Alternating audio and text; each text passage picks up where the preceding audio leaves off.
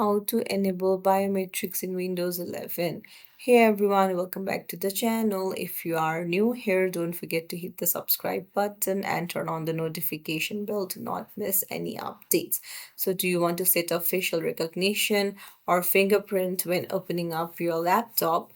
Then you're in the right place. You just need to make sure that your laptop supports biometrics. If it does, firstly head over to settings, then you need to go to accounts on the left hand side, scroll down and go to sign in options, and there you'll find facial recognition and fingerprint recognition.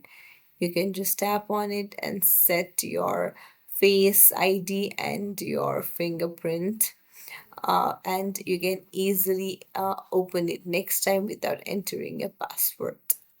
So, if you found this tutorial helpful, don't forget to like the video and subscribe. Thank you for watching.